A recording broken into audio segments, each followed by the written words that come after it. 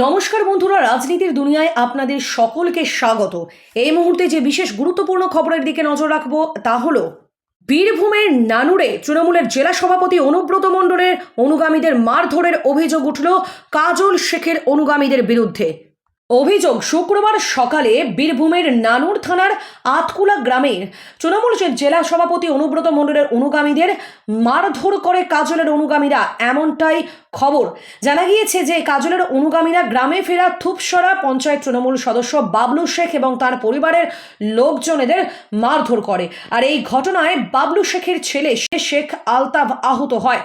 একই সঙ্গে পরিবারের তরফে বোলপুর মহকুমা পুলিশ আধিকারিকের কাছে অভিযোগ দায়ের করা হয়। গত 1.5 মাস ধরে নানুরে তৃণমূলের পঞ্চায়েত সদস্য বাবলু শেখ তিনি গ্রাম ছাড়া ছিলেন। বৃহস্পতিবার সকালে তিনি গ্রামে ফেরেন পরিবারের সকলকে নিয়ে। আর শুক্রবারই তাঁর ওপর চড়াও হয় 20 থেকে 25 জন বাইকে করে এসে হামলা চালায় বলে অভিযোগ। আর এরা নাকি প্রত্যেকেই কাজল শেখের অনুগামীরা। যদিও নানুর ব্লক তৃণমূল কংগ্রেসের সভাপতি সুব্রত ভট্টাচার্য জানিয়েছেন, কোথাও কোনো অশান্তি হলে পুলিশ প্রশাসন খতিয়ে ব্যবস্থা নেবে এবং দলগতভাবে খতিয়ে দেখব। তৃণমূলে মারামারির কোনো খবর নেই। যদিও এ বিষয়ে কাজল শেখ কোনো রকমের মন্তব্য করতে চাননি। কিন্তু তৃণমূলের গোষ্ঠীদ্বন্দ্বের জেরে বীরভূম যে আবার উত্তপ্ত তা আবারও প্রমাণিত হলো। এতদিন অবধি অনুব্রত মণ্ডল এবং কাজল শেখের একটা বৈরিতার সম্পর্ক প্রকাশ্যে এসেছিল, যদিও দুজনেই কেউ মুখ খুলতে চাননি এবং দুজনে কাঁধে কাঁধ মিলিয়ে কাজ করার প্রস্তাব জানিয়েছিলেন নভেম্বরের কোর কমিটির বৈঠক থেকে। তবে ঘটনার 1 মাস যেতে না যেতেই আবারও গোষ্ঠীদ্বন্দ্বের বিষয়টি প্রকাশ্যে এলো। কাজল শেখের অনুগামীদের বিরুদ্ধে অভিযোগ উঠল।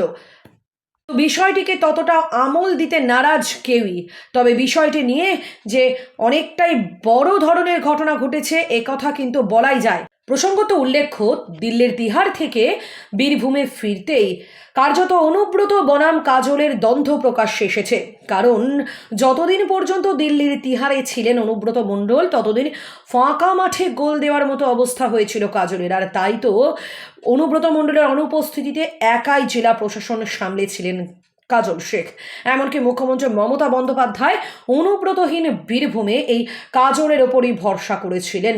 আর তারপরই হঠাৎ করে পুজোর আগে বীরভূম জেলায় অনুব্রত মণ্ডল ফিরতেই কাজল শেখকে যেন আর দেখা যাচ্ছে না।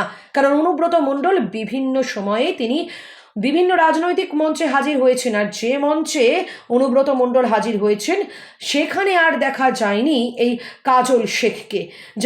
তাই তো অনেকেই বলছিলেন বীরভূম জেলায় অনুব্রত মণ্ডল ফিরতে অনেকেই নাকি আবার তাদের পুরনো ছন্দে ফিরতে চলেছেন। আর এ প্রসঙ্গে শতাব্দী রায় তিনিও প্রকাশ্যে জানিয়েছিলেন যে অনুব্রত মণ্ডল ফিরেছে, খুব ভালো কথা, অনেকেই খুশি হয়েছেন, যারা খুশি হওয়ার তারা হয়েছেন। অর্থাৎ